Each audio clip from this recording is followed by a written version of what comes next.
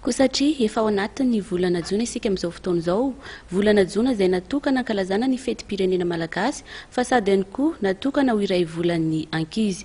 Eo mikasika izay iray volan'ny ankizy izay indrindra, dia Omaly no nanokafana tamin'ny fomba ofisialy ny iray volan'ny ankizy izay notanterahina tany Toamasina.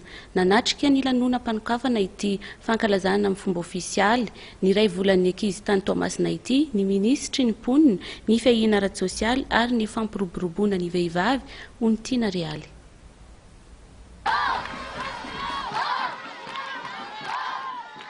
Ankizy miisa 10 no nandray anjara tamin'ny diaby anklonga amin'izao nandritra ny fanokafana ny iray volan'ny ankizy tany Toamasina ny alakamisy voalohan'ny volana Jona. Nahatratra 2 kilometatra ny halavan'ny filaharany niainga teo amin'ny lapan'ny tanàna ka hatreo amin'ny gymnase Soavita. Niaran-dredona ny hira fanevan'ny iray volan'ny ankizy Jona 724 ireo ankizy marobe raha vao tafiditra tao amin'ny toerana anaovana ny lanonana.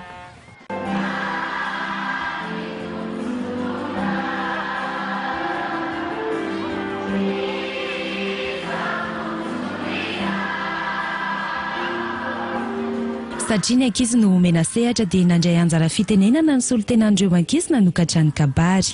Manao azafady tena fahiteneny satria tsy tokony natao iteny fa tokony mbola itenenana. Koa manao azafady tompolahy, manao azafady tompotany. Miala tsiny koa satria ny mitoratena mora fa ny mitoratena saka. Rabaiko anareo rehetra tonga eto, indrindra ianao, ramatoa ministry ny mponina Ontiana Realy. Isany nanamarika ny fanokafan'ny iray volan'ny ankizy ny fanolorana ireo ankizy 12 mpikambana ao amin'ny assemblée constituante hitondra any amin'ny fametrahana ny antemeran'ny ankizy.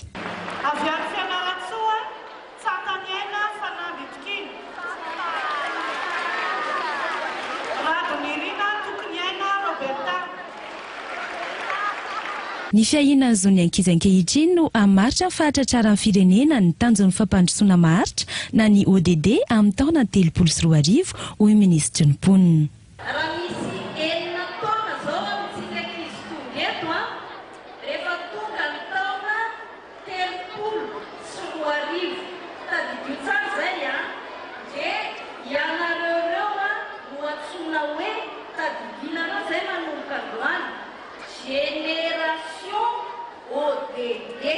Manohana tanteraka izao tetika samy ministera mponina izao ny UNICEF izay mpiara-miombona nantoka voalohany amin'ny fiarovana ny zony ankizy.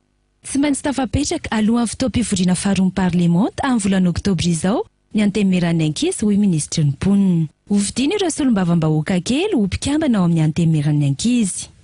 Ametrakitsika antemeran'ny ankizy andalo fifidianana io.